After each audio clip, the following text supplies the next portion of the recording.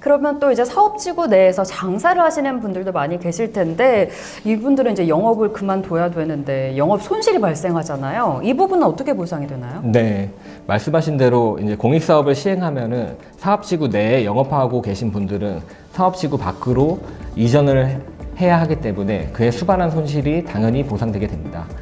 다만 몇 가지 경우에는 보상 대상에서 제외되게 되는데요. 첫째, 사업인정 고시일, 즉 주택지구 지정 고시일 이후 영업한 경우. 둘째, 무허가 건축물, 불법 평질 변경 토지, 그 밖에 다른 법령에서 물건을 쌓아놓는 행위가 금지된 장소에서 영업한 경우. 셋째, 해당 장소에서 인적 물적 시설을 갖추고 계속적으로 행한 영업이 아닌 경우. 넷째, 관련 법령에 따라 허가, 신고 등이 필요한 경우에는 주택지구 지정 고시일 전부터 허가를 득하고 영업한 경우에는 보상 대상이 되지 않음에 유의하여야 합니다. 네, 지금 앞서 말씀 주신 이 요건들을 모두 갖추는 게 원칙이긴 한데 예외도 있다면서요? 네, 상기의 요건을 모두 갖추는 게 원칙이긴 하나 특정한 경우에는 또 보상 대상이 될 수 있습니다. 첫째, 무허가 건축물 등에서 임차인이 영업한 경우에는 주택지구 지정 고시 1년 전부터 사업자 등록을 행하고 있는 영업은 무허가 건축물 내의 영업이라도 다른 요건을 갖춘 경우 보상 대상이 되며, 둘째, 주택지구 지정 고시일 전부터 허가 등을 받아야 행할 수 있는 영업은 허가 등이 없이 행하여 온 자가 공익사업의 시행으로 인하여 적법한 장소에서 영업을 계속할 수 없게 된 경우에는 동일 세대 내 영업 보상을 받지 않은 경우에 보상 대상이 됩니다. 네, 지금 이 요건이 좀 복잡하기는 한데 제가 한번 정리를 해보자면 결국 이 공익사업으로 지정되기 전부터 해당 장소에서 법을 위반하지 않고 영업활동을 한 경우 보상된다. 맞나요? 네, 네. 맞습니다. 그러면 이제 보상 대상이 되는 경우에 이게 또 중요하잖아요. 구체적으로 보상액 얼마나 되나요? 네, 영업 손실 보상 대상이 된 경우에는 총 이제 5가지 항목을 보상하게 됩니다. 네, 첫째, 휴업 기간 동안의 영업이익. 둘째, 영업 장소 이전 후 발생하는 영업이익 감소액. 셋째, 휴업 기간 중 지출되는 고정적 비용. 넷째, 영업 손실의 이전 비용. 다섯째, 이전으로 인한 부대 비용 등 5개 항목을 합산하여 보상액을 산출합니다. 총 이제 5가지 항목이 있네요. 지금 1번부터 5번까지 나눠서 말씀을 해주셨는데 그러면 항목별로 좀 짚어봐야 될 것 같아요. 항목별로 어떻게 산정이 되는지 궁금한데 그럼 먼저 휴업 기간 동안 영업이익 어떻게 산정이 되나요? 네, 일단은 원칙적으로 휴업 기간은 4개월 이내입니다. 다만 이제 영업시설의 규모가 크거나 이전의 고도의 정밀성을 요구하는 등 당해 영업의 고유한 특수성으로 인하여 4개월 이내에 다른 장소로 이전하는 것이 어렵다고 객관적으로 인정되는 경우에는 예외적으로 4개월을 초과할 수 있습니다. 네, 영업이익은 구체적으로 해당 영업장의 최근 3년간의 영업이익을 고려하여 산출하되 개인 영업인 경우에는 도시근로자 3인 가구 월평균 가계 지출비 2021년 2분기 기준으로 458만 원 정도 되고 있습니다. 네, 가계 지출비를 최소 한도로 산정하게 됩니다. 네, 이렇게 첫 번째 항목 짚어봤고요. 두 번째로 말씀 주신 게 영업 장소 이전 후에 발생하는 영업이익 감소액을 말씀 주셨는데 이게 정확히 어떤 건가요? 네, 해당 항목은 2014년도에 보상 법령이 개정되면서 공익사업의 시행으로 인한 보상을 현실화하고 공익사업의 시행으로 인하여 생활 기반을 상실하게 되는 영세상해 및 서민들의 생활 안정을 도모할 목적으로 추가된 항목입니다. 영업장소 이전 후 발생하는 영업이익 감소액은 1천만 원을 한도로 앞서 말씀드린 휴업기간 동안의 영업이익의 20%로 산정되게 됩니다.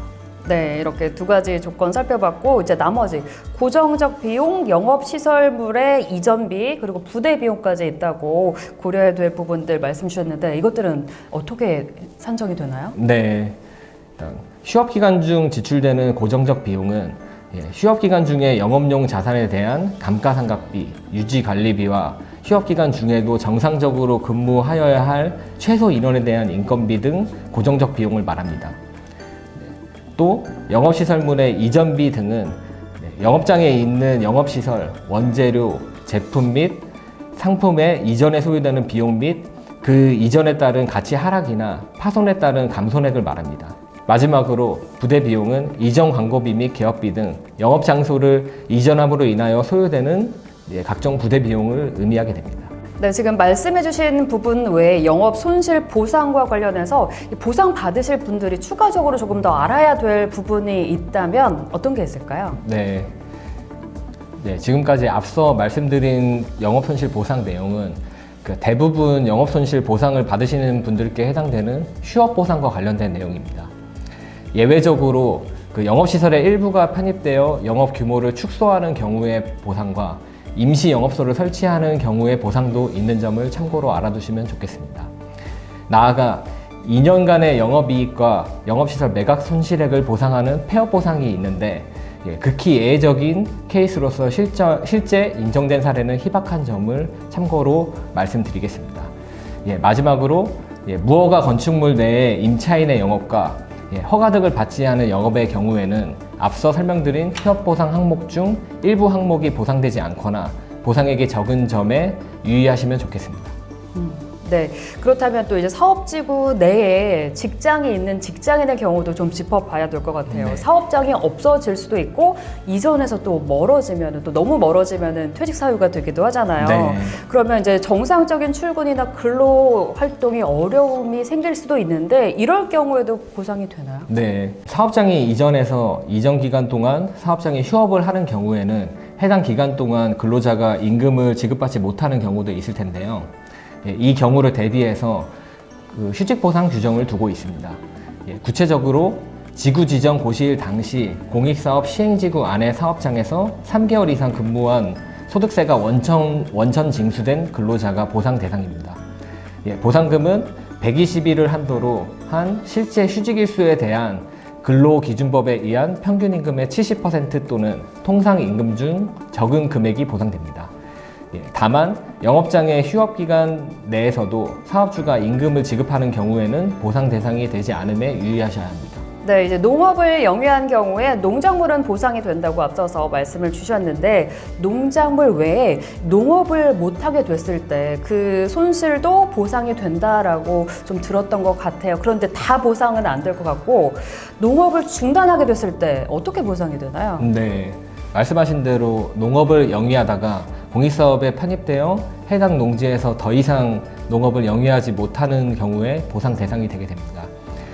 여기에서 그 농지는 전, 답, 과수원, 그 밖에 법적 지목을 불문하고 실제로 농작물 경작지 또는 다년생 식물 재배지로 이용되는 토지를 의미합니다. 또 나아가 해당 토지상에 고정식 온실, 버섯 재배사 및 비닐하우스와 일정 요건의 부속시설이 설치된 경우도 포함됩니다. 네, 지금까지 해주신 말씀을 좀 종합해 보면 토지나 이제 지목과 관계없이 농지 그리고 비닐하우스에서 농업을 하면 보상 대상이다라고 일단은 이해가 되는데 보상되지 않는 경우도 있을 것 같아요. 어떤 경우 있을까요? 네, 중요한 질문입니다.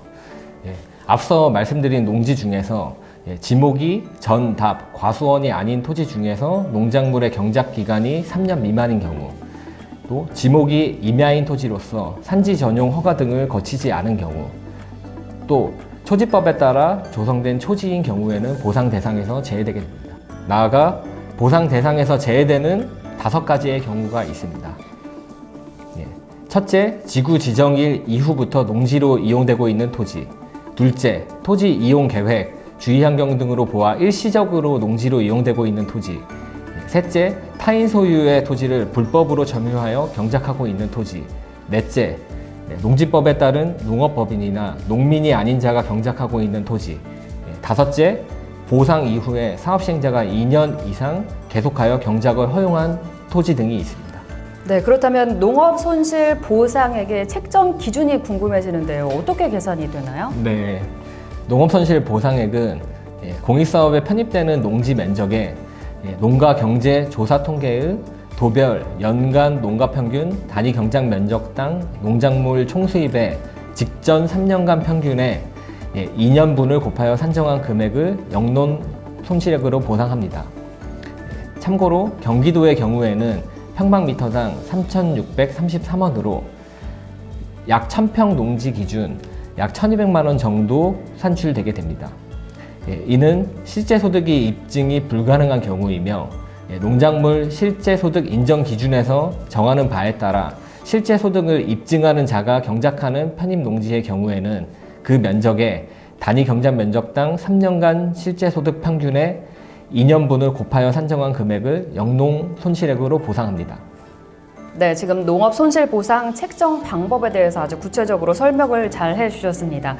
그런데 지금 말씀 주신 부분 외에 농업 손실 보상과 관련해서 직접 보상 받으실 분들이 추가적으로 더 알아야 될 사안은 어떤 게 있을까요? 네, 추가적으로 말씀을 드리면 자격농지가 아닌 경우에는 소유자의 거주 지역 및 소유자와 임차인의 협의 내용에 따라 실제 경작자가 산정한 보상금의 전부 또는 일부를 보상받을 수 있는 점을 알아두셔야 합니다. 그리고 농기구도 해당 지역에서 영농을 계속할 수 없게 되면 일정 요건 하에 보상 대상이 될 수 있으나 호미, 낫, 괭이 등 소모성 단순 농기구는 보상에서 제외됨에 유의하셔야 합니다.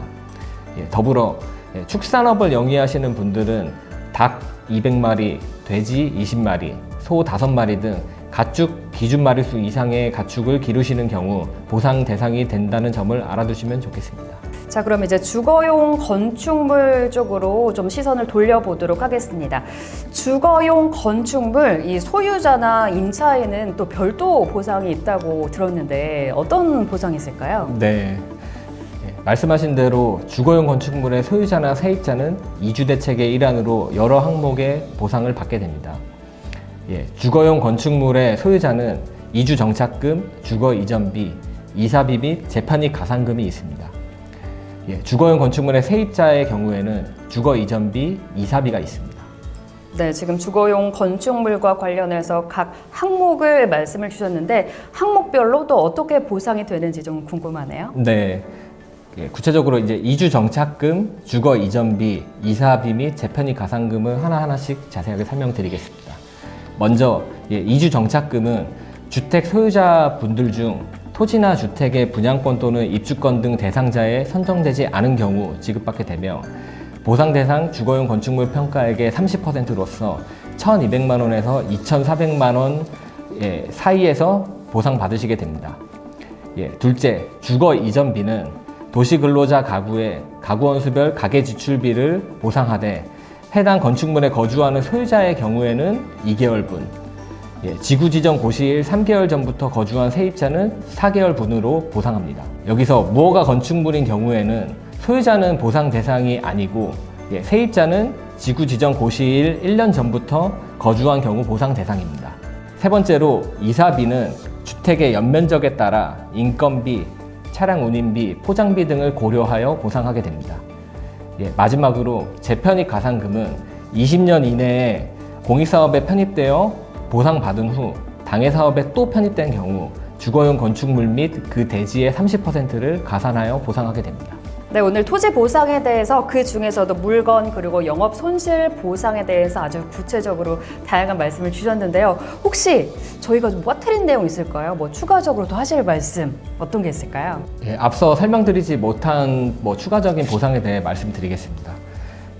공익사업의 시행으로 인하여 영위하던 농업을 계속할 수 없게 되어 다른 지역으로 이주하는 농민이 받을 보상금이 없거나 평균 생계비에 미치지 못하는 경우 인농비 보상이 이루어지게 됩니다. 그리고 앞서 설명드린 여러 가지 보상 항목 중에 포함되지 않은 동산이 있는 경우 동산 이전비를 보상하게 됩니다. 그리고 일부 토지나 건축물이 편입되는 경우 그 자녀 부분에 대한 손실 보상 또는 매수 청구가 있습니다. 또 예외적으로 일정한 요건 하에 공익사업 시행지구 밖에서 발생한 손실에 대하여도 보상이 된다는 점을 알아두시면 좋겠습니다. 네, 오늘 박성구 감정평가사님과 함께 물건 그리고 영업 손실에 대해서 구체적으로 알아보는 시간 가졌습니다. 저희 마치기 전에 한 말씀 좀 들어볼까요? 네, 오늘은 물건이랑 영업 손실 보상에 대하여 토지보상 법령에 나와 있는 내용을 중심으로 설명을 드렸습니다. 아마 개인별로 어떤 보상을 받을 수 있는 건지 바로 와닿지 않으실 것으로 생각이 듭니다. 하남도시공사에서는 하남 시민분들께 그 보상과 관련하여 도움을 드리기 위하여 보상상담센터를 운영하고 있습니다. 개별적으로 궁금하신 내용은 보상상담센터에 전화 문의 또는 방문 주시면 자세하게 상담해 드리겠습니다. 네, 감사합니다. 네, 박성구 감정평가사님 오늘 도움 말씀 잘 들었습니다. 저희 하남도시공사 채널 앞으로도 많이 사랑해 주시고요. 다음에 또 좋은 정보 가지고 찾아오도록 하겠습니다. 네, 함께 인사드릴게요. 네, 함께 해주신 여러분 감사합니다. 네, 감사합니다. 수고하셨습니다.